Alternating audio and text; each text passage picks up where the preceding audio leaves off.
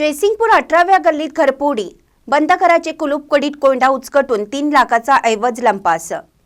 जयसिंगपूर येथील गल्ली क्रमांक 18 विजयमाला नगर लक्ष्मी पार्क मधील अजित राजू माळी वय वर्ष 25 यांच्या राहत्या बंद घराचं कुलूप कडी कोंडा उचकटून अज्ञात चोरट्याने 3 लाखाचा ऐवज लंपास केल्याची घटना उघडकीस आली आहे। याबाबतची नोंद जयसिंगपूर पोलीस ठाण्यात झाली आहे। याबाबत जयसिंगपूर पोलीस ठाण्यातून मिळालेली अधिक माहिती अशी की अजित माळी हे गुरुवारी 23 जानेवारी रोजी सकाळी 11 वाजल्यानंतर 24 जानेवारी सकाळी 7 वाजण्याच्या दरम्यान राहत्या घराला कुलूप लावून घराबाहेर गेले होते।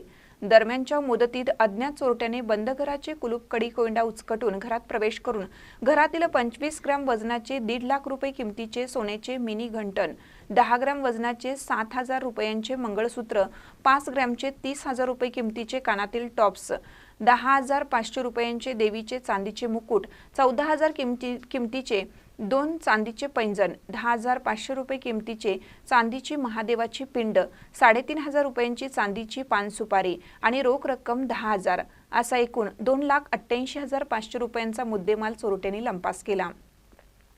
याबाबतची फिर्याद माळी यांनी जयसिंगपूर पोलीस ठाण्यात दिली।